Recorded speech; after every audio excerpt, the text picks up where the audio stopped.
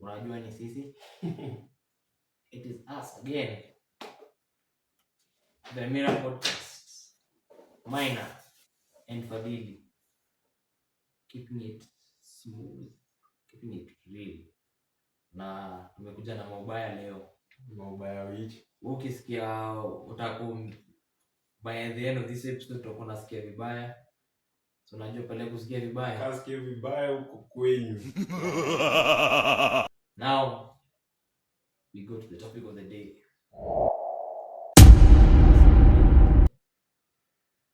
And femininity, the essence of it. Hey, boss. Sasa, since we ladies first, I think it is just right for us to start with the feminine side of the story. Kuna kitu nataka kusema mimi ni lady. Sawa basi. Wewe mimi si lady, mimi si lady. Mimi nitajuaje? Wewe. Mimi si lady. Tuko na evidence. I have the goods to show that I am not a lady. Sawa. But I think we should start off on a highly feminine note. Yeah. And talk about the importance of the feminine nature of everything, a woman. Ama a girl. Okay, ni kama vile there's yin, there's yang. Bas. So where there's masculinity, there's femininity. Yeah. So like, lakini bana wasichana bana kuwa tu mpoa bana. Mbona utakuwa comrade? Bana usikue kai wale bana acha niseme. Ai, kuna gopa. Watani cancel. Ku cancel basi.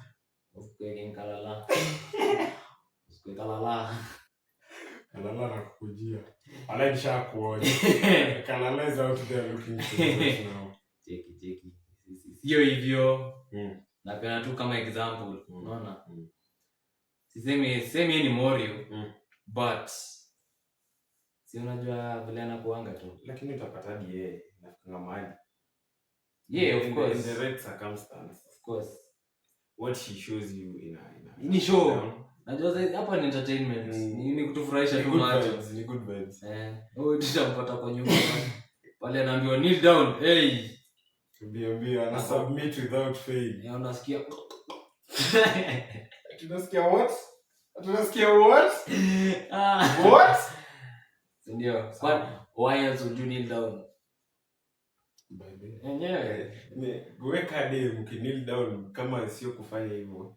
You're wasting your time. Bas, simply put, you're wasting it. Ukisikia tu go down. Hata watu you know what's about to happen. You know. Lakini kusema kweli hiyo inakuanga apology nyingine smart. Juu enyewe most women expect ya ku apologize ngori. Amen. Sasa unapata tu mkikosana yeye anakaa na sexual vibes. Alafu sasa unajua weka boy. Tension ikipanda, tension imepanda. Hakuna otherwise. Sasa mnaanza kuongea hapo baadaye. Kini mkuja kuniambia sorry hivyo mimi nishaforgive. Bwana. Nikishasikia tu Sina maoni. Nyinyi wote sina maoni. Mimi nikisikia tu slap. Kuna shida. Nafaa uangaliwe online. See jokes. That is true.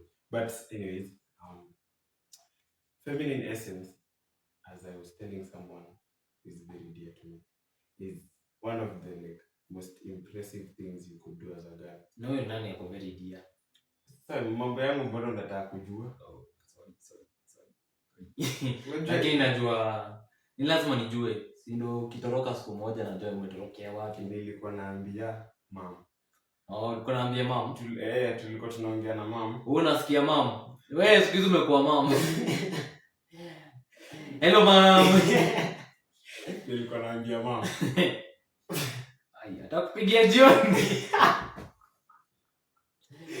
Nichape.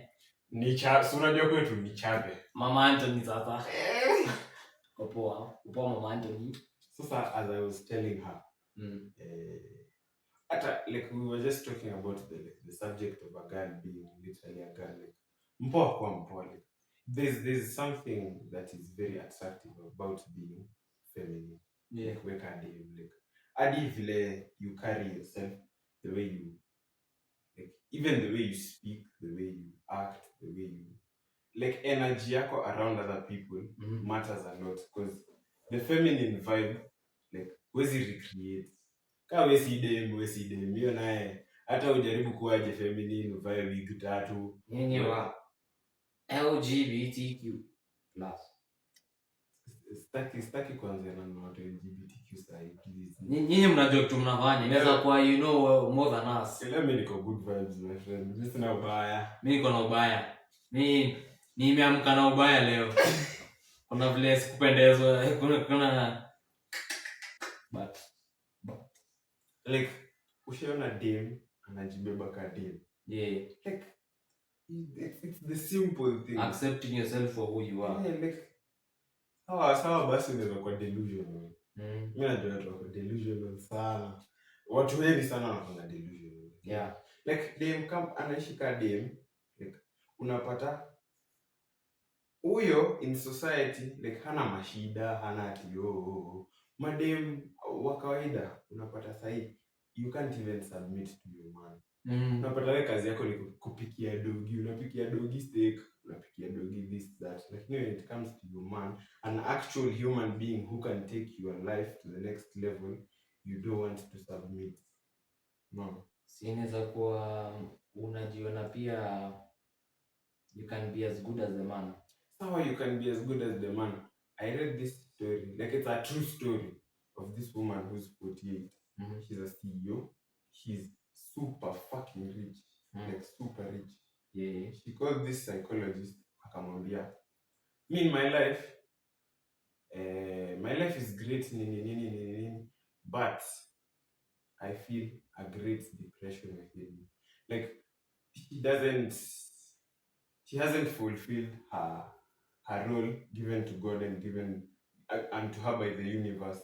Alikuwa anasema if she was to go back 20 years, she'd look for someone who she could have kids with and bring up kids. Because kwani ana watoto? Hana, like he's a single woman who chose, like she followed feminist advice and like she was like I'm better, sijui anything a man can do, a woman can do, sijui nini. Keki. Hatusemi ni uongo kwa sababu in human capabilities these days, anything that can be done physically, kitu yahitaji the genitalia, it can be done by any sex.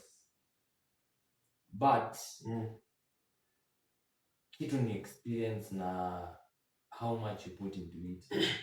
Kwa sababu tuseme kitu kama hadi kuendesha lori. Kuendesha lori kitambo ilikuwa ni kitu masculine, kitu wanaume pekee yake wanafanya. Siku hizi utapata kwa barabara dem anaendesha lori na anaendesha vifiti. Wadi huwezi kanyaga clutch ya lori. Hiyo clutch na kushinda.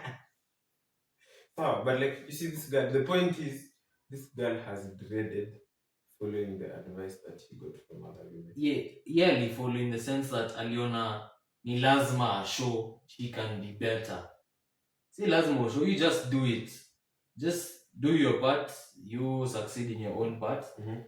The other person akikuja, tuseme ni mwanaume, ako hapo a circumstance where it's like in a bank.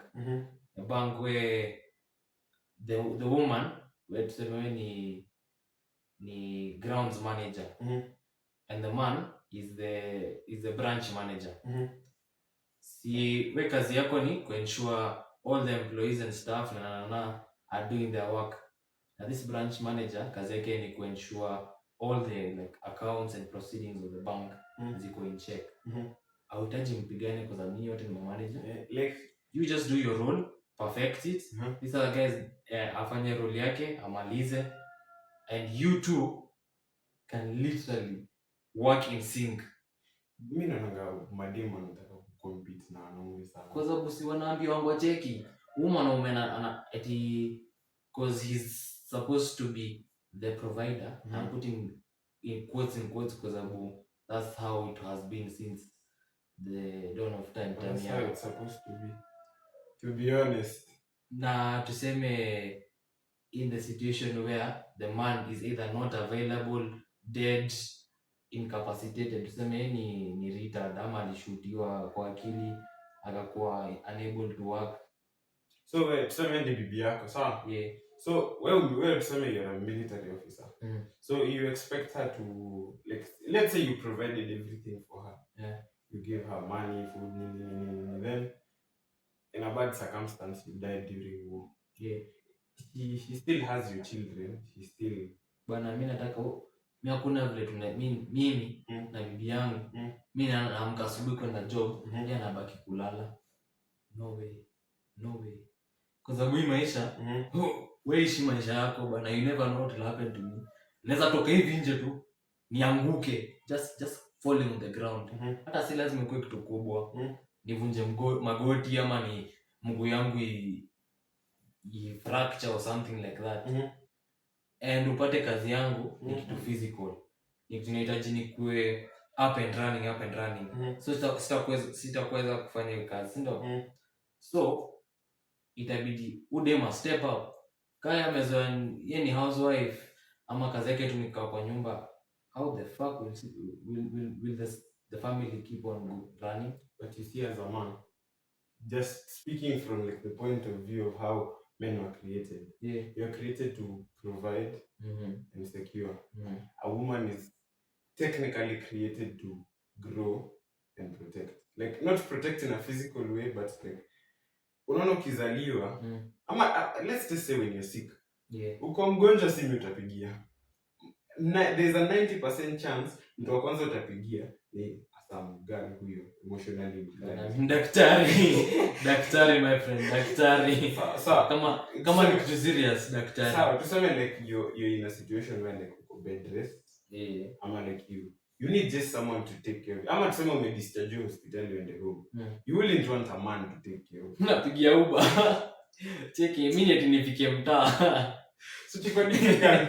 Uko mtaa, like you're being recovered to full health. Yeah. So see, the point is, you need someone to take care of someone. Like women can do that job. Mi naenda fika hapo bana, napigiwa simu sijui nikatend what. A woman can literally lie with you while you're sick and risk even getting sick for you to get better. Wewe usifanye hivyo. Na mimi ni bro wako. Mimi naweza fanya hivyo. Lakini you see, the thing is, mimi nitaka hapo, but I can't give you what a woman can give. I simply can't. Yeye ni kweli. Usinipe head. Wewe retard. Sawa. Ni kweli. Sawa. Kweli hiyo naye. Good, thank you for agreeing. That's no. Yeah. But you see, a woman can take care of you to your point of full health restoration. Now, she's just okay with it. Like, she's cooked for you, she's cleaned for you. Na saka tuseme ni mimi, I have like other responsibilities. Labda pia mimi kwangu iko shida, unaona? But your woman, na kama woman si wako. Kama ni tuseme ni sister yako. Kama tuseme this circumstance hauna significant other in your life. So unapigia sister yako ama mamako. Okay, mamako ataachilia kila kitu. That's a fact. Kwa sababu ndio alikuzaa. But sister yako anaweza kuwa pia kuna other engagements. Anaweza kuwa pia kuna bwana wake anahitaji kumpeleka sijui wapi. Wako na date jioni. Like honestly, mimi naonanga ama tu mimi ndo nimejiadapt hivyo. Ni eti kila mtu ajipange. I just don't depend on anyone. Ni eti if I start my life with a significant other, and I'm married and stuff, I want my wife to be able to take care of things when I'm not around. Yes, there's understanding and the empire. Not see lazima eti not around nilikuwa nimededi. Tuseme niko na biashara sioki. Na tunaishi wapi? Tuseme tunaishi Nyeri. Hata nakuja kuangalia biashara yangu wapi? Sioki. Na huko Nyeri kuna kaduka fulani ama some kind of other small business that I have there. I should be able to leave that business under the hands of my wife because I believe ataweza ku deal with shit. Because first of all, is a reasonable person. Ni mtu ako na akili yake. Ni mtu amesoma, ni mtu amepitia all stages of education that I have gone through, even though it's maybe in different circumstances. You should be able to take care of your own set responsibility. Like your own affairs. Okay, yes, sikatai. Like, yeah. But you see, that's not her main role. Main role yake nini basi? Kulea watoto. You no okay, mi naweza pena like my view on this. Ini very contradictory view, lakini me I still stand by it. So mimi when I was a kid growing up, my mom is a working class woman. Yeah. Shout out to her, by the way. She's like a very nice person. Mama Anthony, lakini sule tulikuwa tunasema we wachana mom ni mom regardless of whatever, mom ni mom. Sasa my mom, I can't tell you that I was raised by my mom. Yeah. She breastfed me and back to back. Nikaingia under the care of like a house help. Let's just call her that for now. Then after like a few years of the house help, so basically my principles and my morals and everything that I've been taught since I was a child has been gained from what another person in school. It's just like if we were to analyze the whole like situation, whatever values my family has, there's a 99% chance they've not been passed down to me. If I've not adapted them, let's say my father wanted me to grow up to be a genuinely loving and caring man. Yeah. But you see, I've not been brought up in the environment to be a loving and caring man. So at the end of the day, I'll go to school. Whatever they tell me in school is what I'll adapt. That's what I'd like to change for myself personally. Yeah. In the long run, like I'd like my wife to like spend more time with the kids. Yes. Lakini sipiani una spend more time with the kids. But you see, you can't raise kids like a mother can. You can like sasa wewe kwa mtoi ulikuwa unakimbilia babako ama mamako. Shida ikitokea ulikuwa unaulizia nani? Mom. Kwa nini? Mom knows your nitty gritty. Mama kwa di ukilia tuseme like when a baby is like the breastfeeding period. Ukilia, your mom psychologically like sauti yako ukilia ikiingia kwa masikio yake, her psyche goes, mtoto has a problem, maybe the child wants food. Maziwa inaanza kutoka. Like your mom is better prepared to attend to your needs than your hapo naitikia attending to the needs. But being a parent is being a parent. Yes, being a parent is being set inasema hivyo ati ndio nitaondokea ati raise my kids.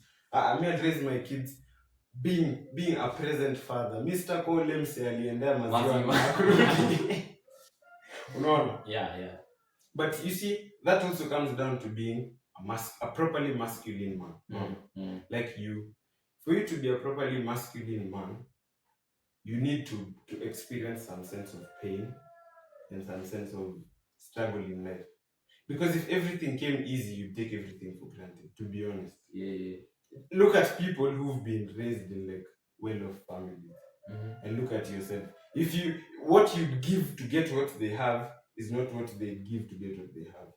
Then they like utapata mse amelelewa akona PS his whole life. So wewe mwenye huna na unaidai, like the hunger you have for it and the hunger they have for it is not the same.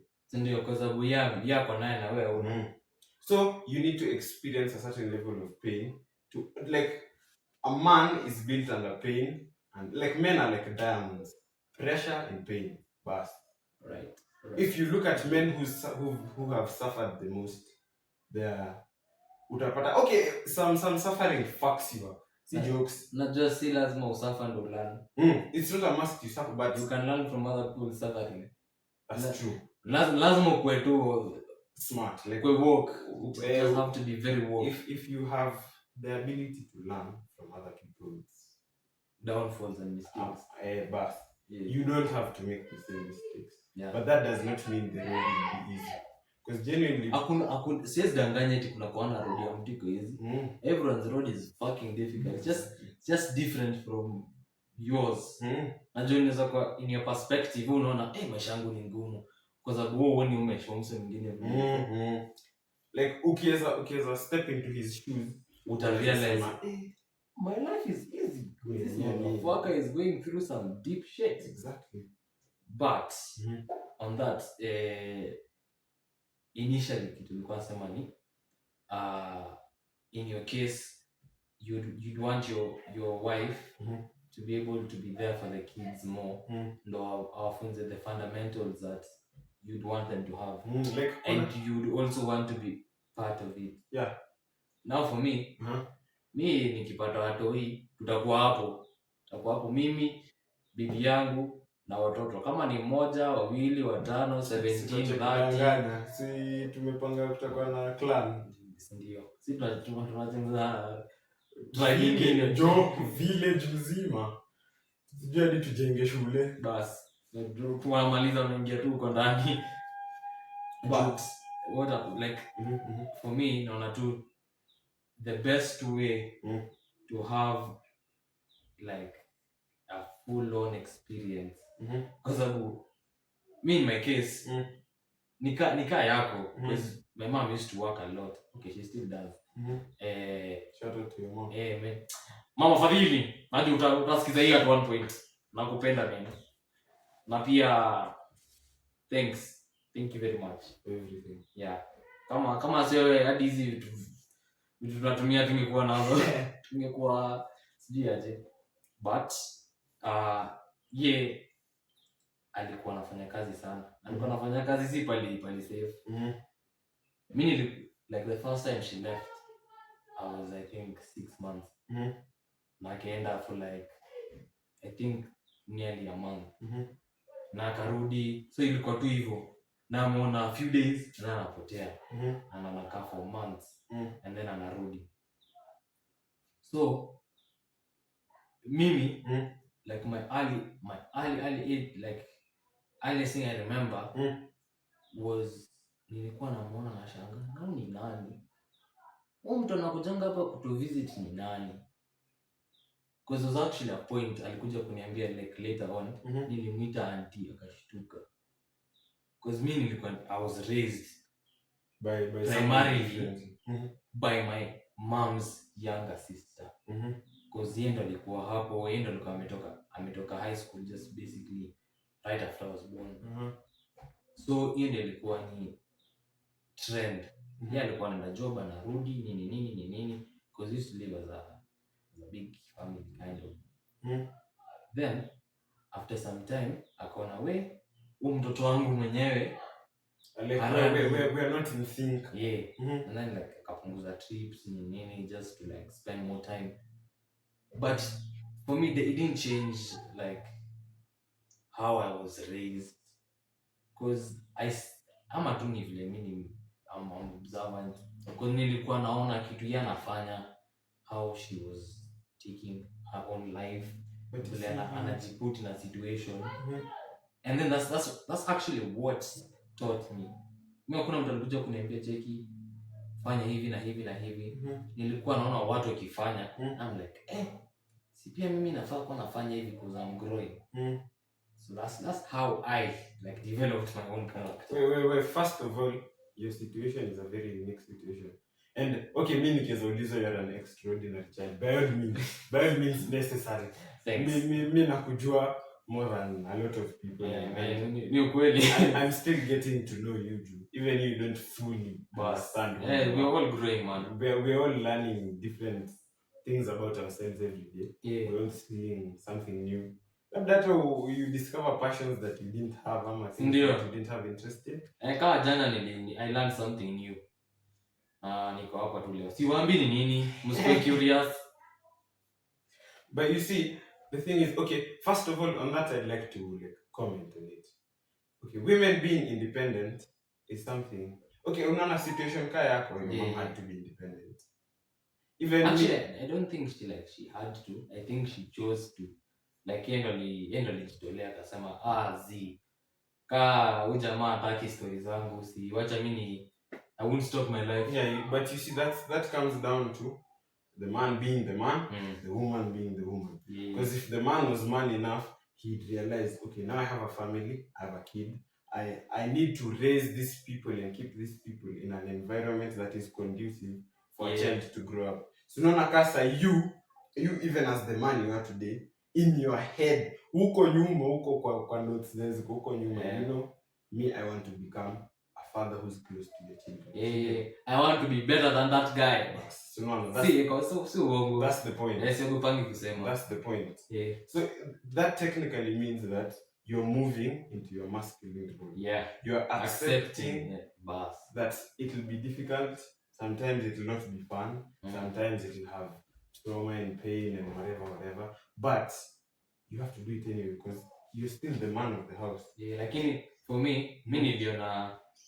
at least what I've understood about myself, I'm observant enough to realize that I don't have to go like this. Nione vile mtu anaumia and then ndo nifanye the same thing anafanya. Me, I'll take a different kind of path and observe how this other person who's in front of me, like either a mentor or a role model or someone else who's going through the same situation kind of, and learn from it. Mi niliona hiyo jinga ya I have to go through exactly the kind of pain someone else went through so that I know is just not for me. Just plain BS. Bana niliona mimi ni mjanja kuliko hiyo jinga. Mimi naonanga watu wakiconform to social norms. Sijui you. Mimi kwanza kitu inanishangazanga. Unaambiwa sijui you go to campus, sijui you date a million people, you tie your soul to God knows how many people you will have sex with. Then afterward, you settle. If you are actually a smart person, there is no ideal person for you. It's you get a person who is willing to grow together. Like even a woman cannot. There is no ideal woman. You as a man, you're not ideal. You're not 100%. Yeah. If you get to be with someone, you grow together. Like she pushes you to be a better man, you push her to be a better woman. I think that's the ideal situation where most people like fuck it up. Juu utapata, okay, girls, mimi na itabidi tu mmenisamehe, lakini lazima niwashow. You will become like in so many relationships and tie your soul to so many people who are not even like so nasikanga the phase like watu hawajijui. Mimi naonanga people stay there willingly. A lot of people do that. Like you're not really ready to grow into who you actually are. Yeah. Just like by the time nani alisema you must marry at 30 ama 29 ama 28 ama lazima uende campus. Utapata ulipatana na dem yako mko 13. Tuseme hata aende university iko like somewhere far from you ama whatever the situations. Yeah. That only is there to test your love because everything in this planet has tests to it. Nothing just comes at you. Everything is a trial. Everything is a trial. Everything has pain. And what keeps you together, what will make your love endure together is whatever you have with one another. Yeah. Utapata kuna mse sahi, they've been, let's say with the girl since Omanze Form 4. Let's say since December. Yeah. But then since we made like a whole different university and all that, since you're ready to give up what you have just because it's not convenient. Kwanza as a man, say you literally have almost no value in society. Because what is a man's value? What he can provide. Say you're still basically under your parents' care. Yeah. If someone's daughter comes to you and seeks to grow with you, don't be a damn fuck. Become a better man for you, for her, for the both of you. So that even in the long run, you can enjoy being with one another. Let's say this girl found you when you're out of shape. See? Yeah. You made a gym, You see, you're like I have someone and I'm taking care of myself for them. Not they're taking care of themselves. It's not that I take care of you, you take care of me. Because utapata there's a time you're not together.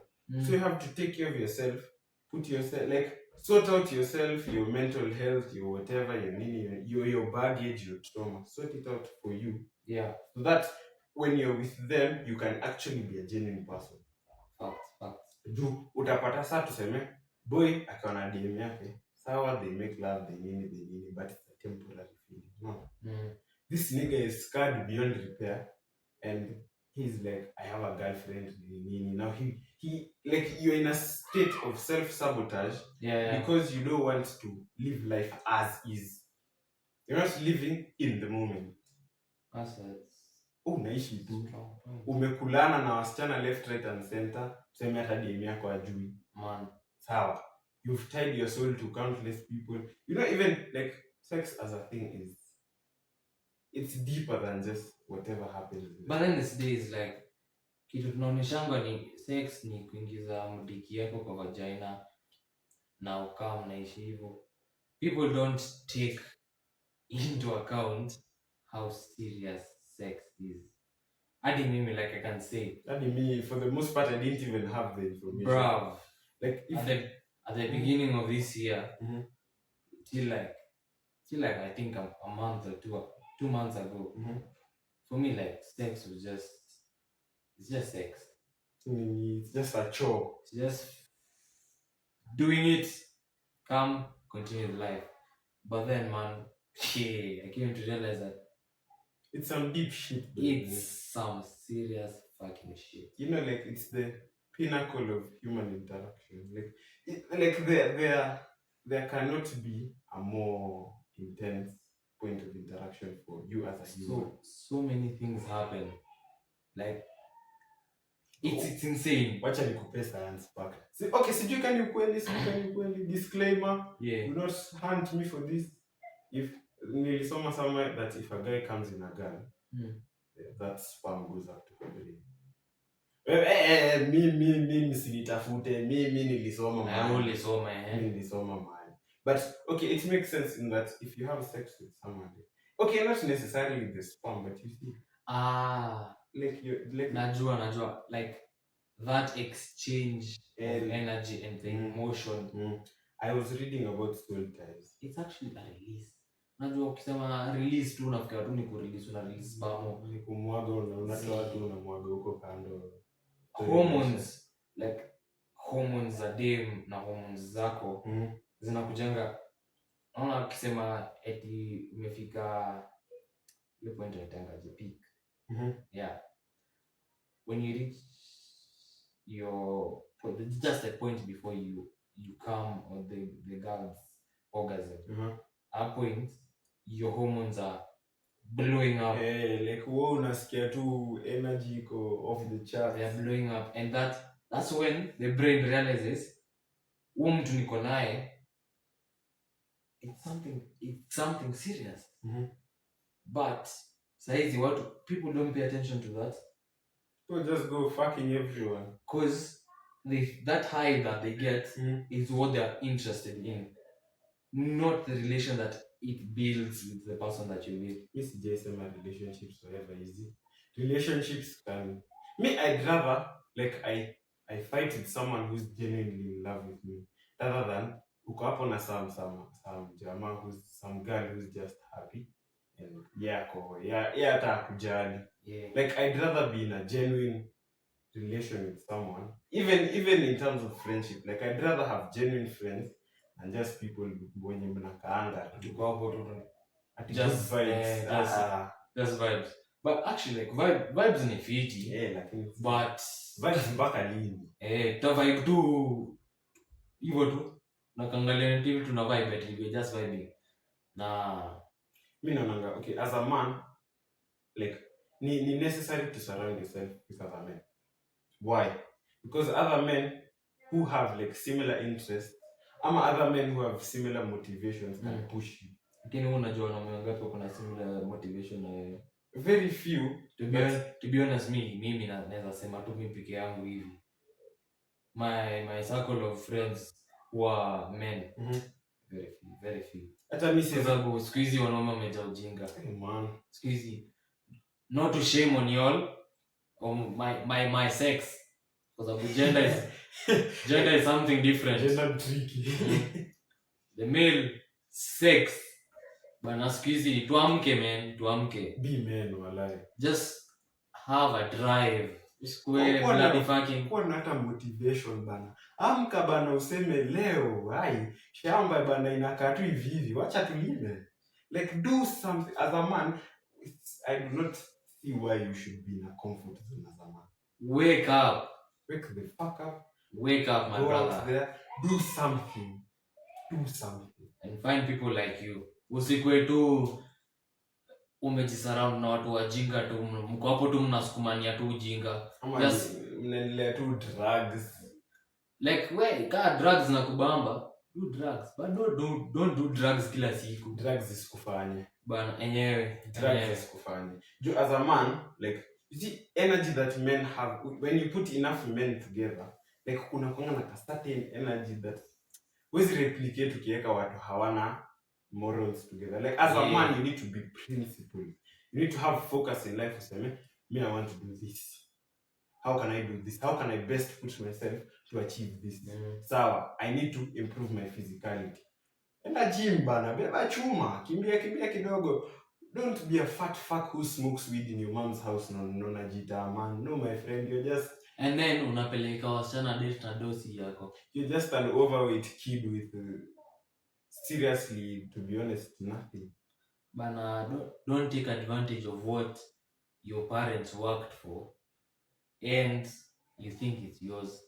Si yako, boss. Bro, si yako. Utafukuzwa kwa hiyo nyumba utashangaa. Work for your shit. Tuseme something happens and you have to man up. If you have not put yourself in the role of being the man of the house, kitakuramba, utaanza kulilia kila mtu hapa, maisha ni ngumu, maisha ni nini. So with that, become independent. Wewe kuwa independent. Whether a man or a woman, please, according to me, take care of your shit.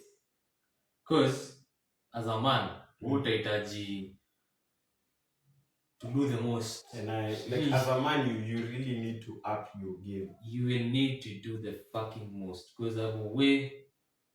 And it'll never be easy. It'll be painful as fuck. Sometimes it'll beat your ass so far down that you wonder if all this is really necessary. But bro, you have no option. Man, it's the beauty of being a man, if you ask me. This society that we're in, watakwambia cheki, we're all about having equal standards, equal nini.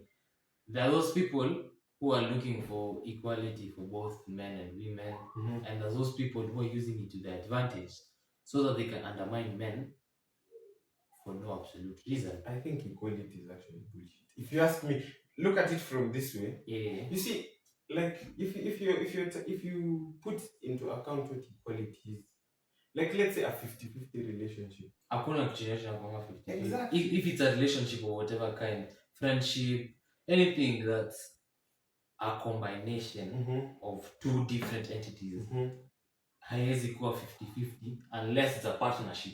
Because about partnership in a calm down to the value that you bring to one another. And even partnerships at times, they tend to have one partner having more responsibility than the other.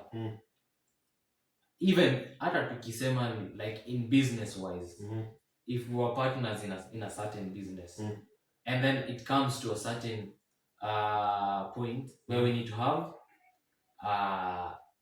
capital or investment, and I don't have enough finance to put my half of the investment.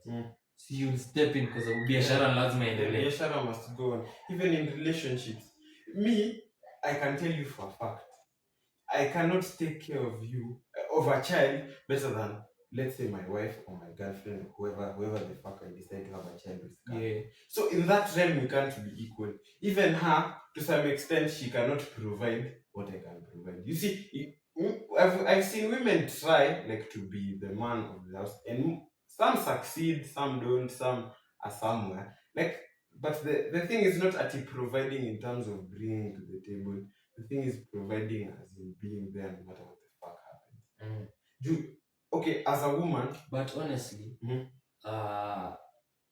siwezi jua hii on a personal level, but what I've heard and what I've seen, like a lot of people tell me, and what I've seen from a lot of people, ni even as the man of the house, kuna other men who their mentality is, what I'm supposed to do is just give these people food, water, shelter, money, fine air, and then finance them in some way. Yeah, take care of them in any physical power you can have, and that's all they go for. They don't see that there's an emotional aspect to it. But you see, as a man, I think the most ignored thing that men have today is emotional competence. You see, a woman is an emotionally bound creature. It's not that they don't have logic. Me na msikuje mseme, Maina, you said that you actually women are logical.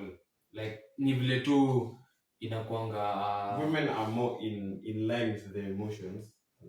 Like siwezi sema ati they're not logical, but they're more in tune with emotions. Emotions can change a lot for a woman. For me, naonanga tu hiyo story yetu inakuwa tu ni adaptation. Nakuwa the scenario that you're put in, and that's how you build yourself. Because for me siwezi sema sikuangi emotional. I have put my mind to understand both the logical aspect of shit and the emotional aspect of shit. And I realize if you don't balance it, there has to be a perfect balance. Yeah. You are fucked. Because it's by the lately, for like a couple of months, nimekuwa too emotionally tuned in. Nataka tu kuona, what if I use my emotions instead of my logic? Like I listen to what my brain is telling me, but I work with what my heart is telling me. And I realize, there is actually a lot you can learn. And then, like sometime last year, I'd done the same thing. But then, nilikuwa tu a logical aspect of things. Sifikiri na roho. Asema tu ni akili na ni drive. I realized, you fuck yourself real bad. Because anasema nimefanya vitu nyingi za ujinga. Part of life. Yeah. But actually, like it's not like I am regret. I'm actually very, very happy with what I did. I can't say I regret stuff that I've done. Kesi baadaye ilifanyika. Kwa sababu sasa nimejua vitu nyingi, nimejielewa. But I think I should try that. I think I should try to like think emotionally, just to see, like to experience a thought process differently. Yes, stuff kufanya uchizi. Because nili notice that your emotions most likely will be right. Like your emotions are gut, like your gut feeling. Like your emotions in general. Emotions are like the first thing you feel. Because kutakuwa na hiyo point ya kwanza, tuseme nini? Tuseme saizi mtu akupigia simu. And then in their voice usikie kitu kama pain ama sorrow. That first instinct you get, basically just your first gut feeling, itakuwa very right. It's true. Facts. But then that person will realize, oh shit, nimeongea with a lot of emotion with it. And then they change. Uta realize. But if you're not in sync with the emotion, in sync with what is happening around you, you won't notice. You'll just overlook it. And then even if you ask them, like a few minutes later, watasema, mimi niko sawa. But you noticed that there's actually something that was wrong with them. So I noticed the first feeling you get, 95% of the time itakuwa right. But then what comes after is when your brain is telling you, hapana, there are so many other possibilities that could have caused this person to act. Yeah. So you're supposed to find the balance between the two. Kwa sababu akili yako itakwambia kuna this and this and this and this. So many options. Your heart will tell you, mimi nafikiria ni hii. So you filter out all these other thoughts you have. You filter out the one that you think is right logically. And then with your emotion, because the emotions pia zitakuwa nyingi. You filter out the one that you felt the most, ama the one that you felt the first. Ukiziweka hizo zote mbili, most likely zitakuwa the same thing. Okay. So, I think I'm getting what you're telling me. But I think as humans, what we are not taught is you need to balance emotion and logic. Yeah. Both as a man and as a woman. Yeah. I think as a man you need to also have like some sort of emotional tolerance to because utapata, let's just put it into the ideal that we're looking on a larger perspective. Like in the right conditions, women are more in tune emotionally than men. Yeah. So she'll respond more to her emotions. But you as a man, you need to be ready to put up with it. Because sometimes she'll wake up not feeling the queen that you're used to. Yeah. You need to look at this situation and be like, she's still my queen, but she doesn't feel that way. How can I be of assistance to her? Or how can I reassure her? Or how can I do this and that to help her? Even how one day you'll wake up not feeling like Batman. Yeah. And she'll be like, he's not feeling like himself today. What can I do to improve his day? Like you and honestly, that aspect is usually very in the mind. You need to like authentically look at things from both sides, emotionally, logically. And like, okay, so today I woke up, she's not talking to me that much. She's not like, you need to like understand how someone works and behaves, which is not really that hard to do. Yeah. Around them. And then you're like, okay, so she's feeling this way and that way today. Let me try to cheer her. Yeah. Which I notice moms do that actually a lot. Like, I do not know why, but moms, like in terms of emotional intelligence, they can. Because I've been the person who was always like wanaonanga bila kuwa physically there. Mamako anaweza kuangalia hivi akwambia nini ba? Unacheka. Mamako anakuangalia nini? What's wrong? They see behind the mask. Utakuwa tu na uko hapo hadi unajidanganya. But your parents, most likely your mother, will look at you and see through it. But also, like I've seen like fathers who've been put in a situation where they have to be the only parents, and they do step up. They do exceptional work. Because a friend of mine, ni vile sasa siku hizi hatuongeangi, but wherever you are, me baba yako bana, bigs up. Because again, like he lost the wife when the child was like I think 3 years. Na yeye aliamua ni ku step up completely. He was there for every single thing. Ingekuwa ni sijui wako na trip, anahitaji sijui pesa, anahitaji kutengenezewa food nini, the dad is there. Tuseme wako na some festive in school, and the dad needs to be, he's there, even though he has work, because he actually was a pilot. I believe he still is. So sinaona kuna trips zingine unpredictable. Like even your work schedule, you never. Zaambiwa tu cheki tunaenda. He was still there. Because I think he moved from, he was either working for KQ ama some one of these airlines. He moved from that to a private sector, which paid slightly more, but was more unpredictable. And alikuwa anafanya vitu zingine crazy. Mimi kwa shanga ni aje anapata hii time? Yeah, look at that guy and I'd be like, this nigga is a fucking G. Because this guy, do you understand how much stepping up that is? Like, you need to suck up everything, show up regardless no matter what it takes. Mtoto amesema tomorrow dad we have parents day, I know you're busy with work, you're like I'll come and you show up.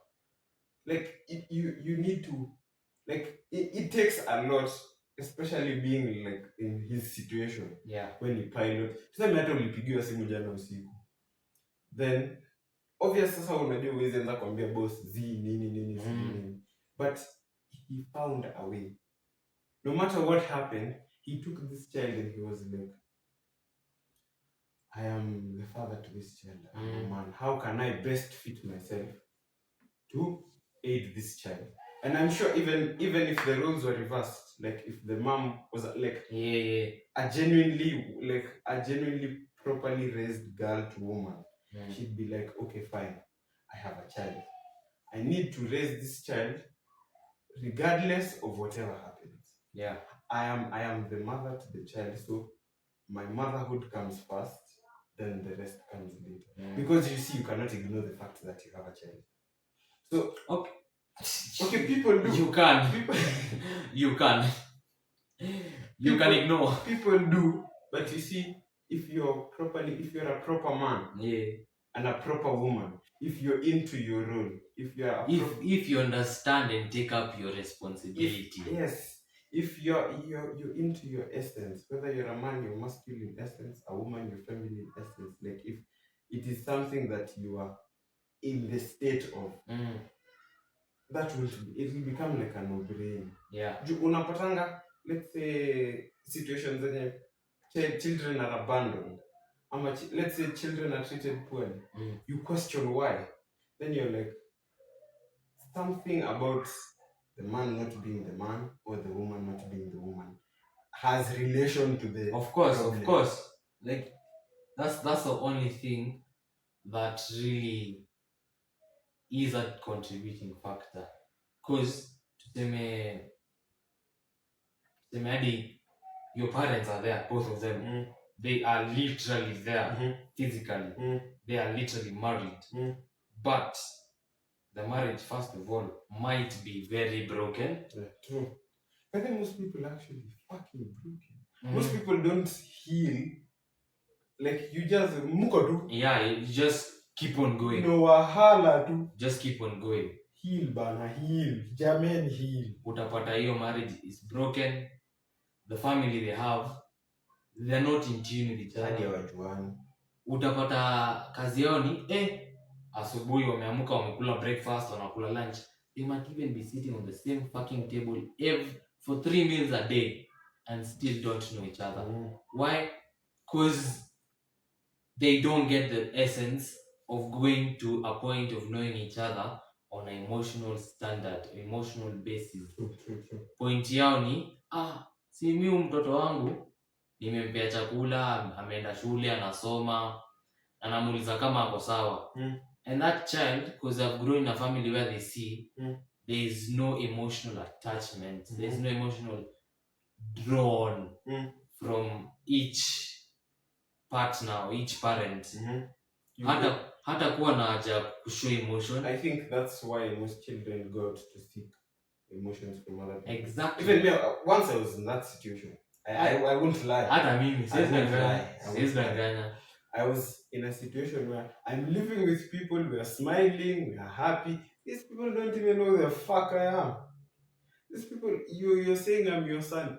You don't even know me, man. Ujui mi urole na kina nani, ujui mi uaktaji, you don't know how I behave, you don't know who I'm with, you don't know what I'm doing, you don't know what's going on in my life. But I think it's an effort that both of you, as a kid, I think you put in the effort. Then where it fucks up is where, let's say your parent is more busy than you're becoming a nuisance to your parents.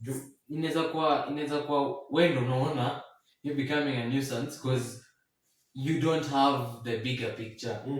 That's one thing I noticed. When you don't have the bigger picture of how things are happening, you won't be able to understand why this person is doing this. Kama anaji overwork, unaona anajieka some crazy as shit. Ndio huko mtoi, wewe uko unajua tu mama kujob. Ndio. Wewe hujui. Wewe uone nini ingine inafanyika. Wewe una expect mama anakuja home ama akishafika kwa nyumba job inaisha. Like you honestly, okay, sawa, you're a child, you don't know better. That's for a fact. You don't know better. But also the realization that these things do happen in states where you don't understand that your parent is overworking themselves, doing all number. Yeah, unapata kuna biashara ka 16 anajipeleka tu every single any opportunity where they can get something anaenda tu kuchukua. Why? Because wewe mtoto hapo, wewe mwenye una sulk, mwenye unasema hakujali. Yes, wewe unaona hakujali because hakujali vile wewe unataka kujaliwa at that point in time. I think pia you should communicate to your parents in such a situation. You think your parents don't love you. Labda wazazi wako. Then in most situations parents suffer for the children to have a better life. Yeah. So once you come to that realization, you're like, I was a selfish fuck. Mzazi wako anakupenda jinsi wewe hawezi realize at that point in time. Your parents literally suffers for your own gain. Yeah. Not for anyone else's gain. Because honestly, like all the wealth most parents are building right now, si yao. Because utapata mzazi yako in their 40s or going to their 50s or late their 60s. Yeah. As long as unapata mzazi anapitisha 40 years.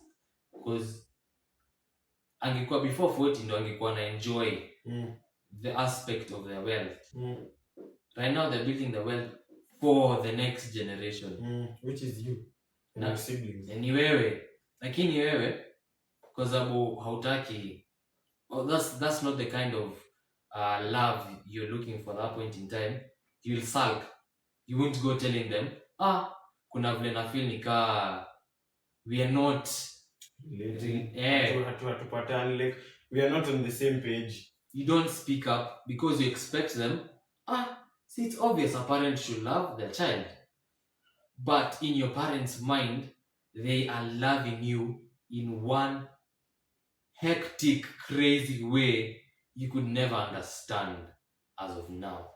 So me kitu ningeambia all children who are listening, when you feel like your situation is crazy and you want to like speak up. But because like parents aren't gods. They don't know what's happening in your head. Angels, you can't, and you don't know what's happening in their head. You can't expect them to just know. Yeah. But first of all, what you should do is look at what your parents have done for you. Like you just can't wake up one day and say my parents don't love me. I think that's actually very, very wrong. And you being very, very shallow. It's very selfish.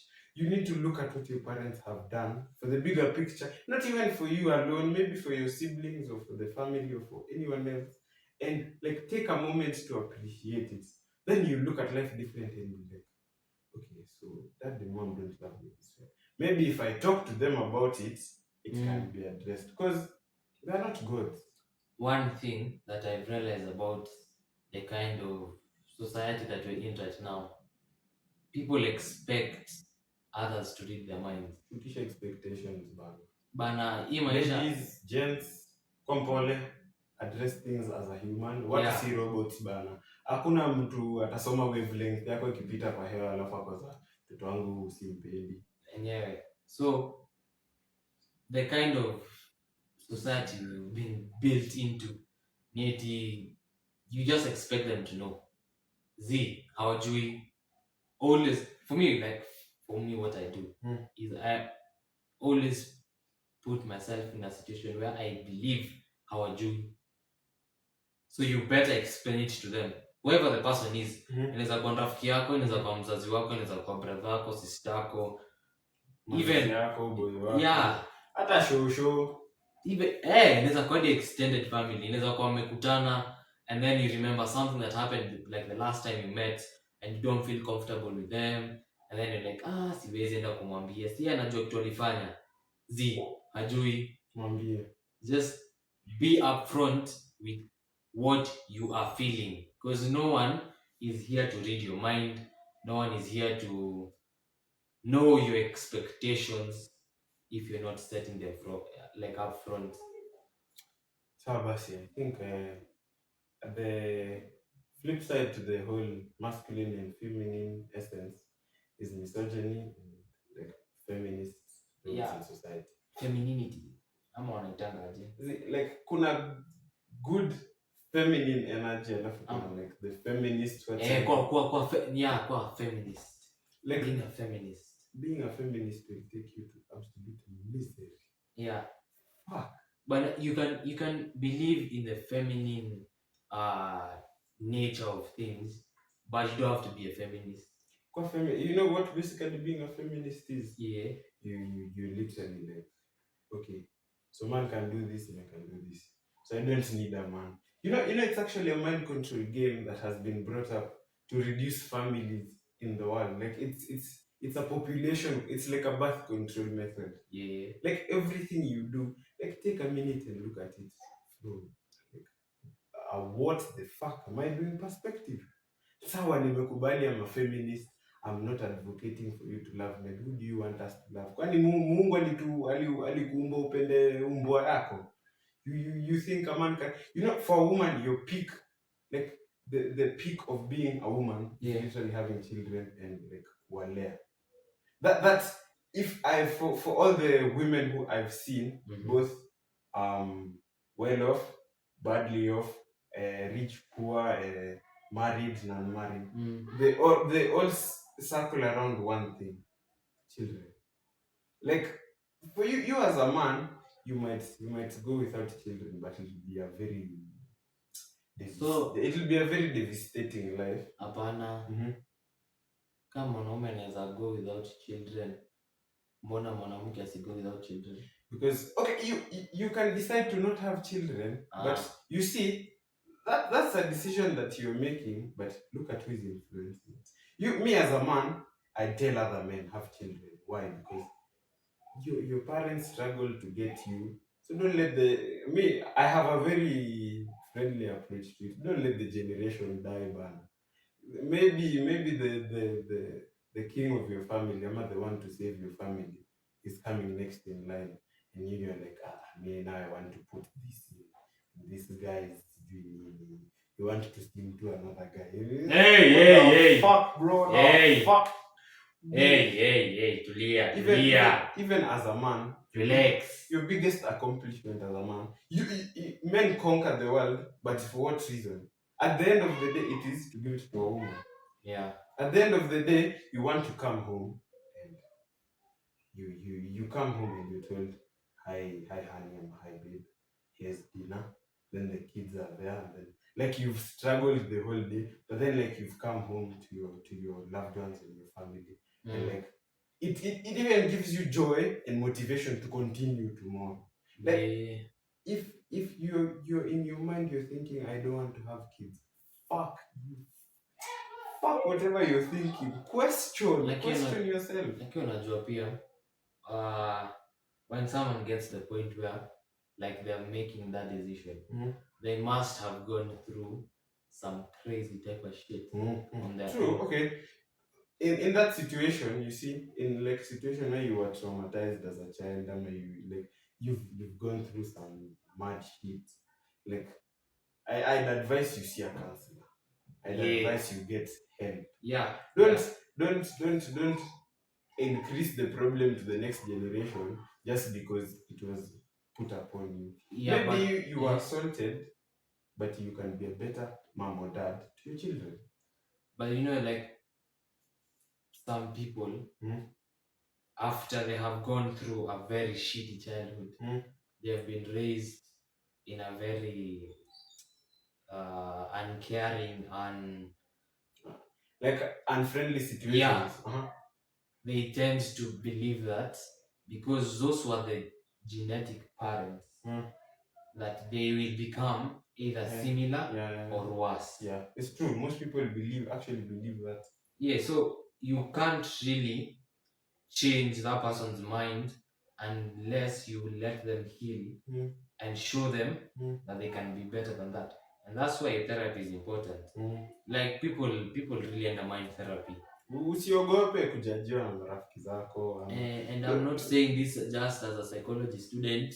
Sieti nikaa natafuta pesa mapema. Lakini nitafute kabisa. Mtafute mimi. He's actually a very good guy. Mtafute. I'd advocate for you to talk to him. He's a no-brainer. Like it's something he does and he loves doing it. And for free. For a limited amount of time. Yes. In ad. Just keep in mind. For a limited amount of time, talking to me is free.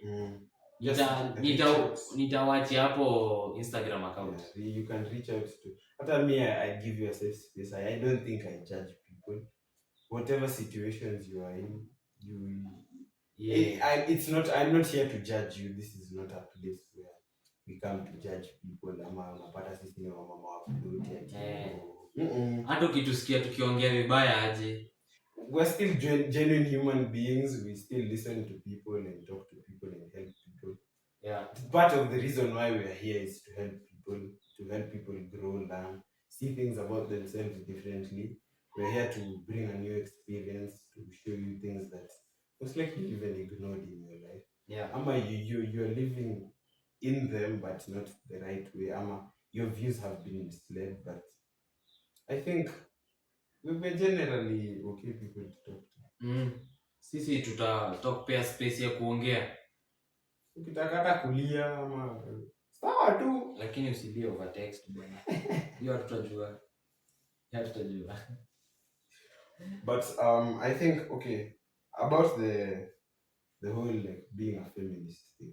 I'd advocate for you to question your morals. Like question why you believe. Question everything. Yeah. These days, do not conform to anything that you see on your screen. Do not conform to basically anything that does not go in accordance with your values. Don't believe it. It's a lie. Question. Hata kanisa, question everything, everyone, everywhere. Kila kitu, kila saa. They are lying to you. Question. Wewe hapo. Question nani question. Wanajaribu kuingiza box. That's what they're doing. You're playing in a game. You're just a pawn in the game. No matter what you do, it's your life and your life. Take control, take action. Man up, become the woman of choice. But then, have you like looked at it from the perspective that people just ignore? Some people just choose to be. Yes, it's a lot of ignorance. Never come nasaidiwa lakini Who gives a fuck? Ni vibes. Vibes, you live a very poor life. Online vibes. That's the only thing. And honestly, like I have been there. Kuna point me maisha yangu ilikuwa tu ni vibes.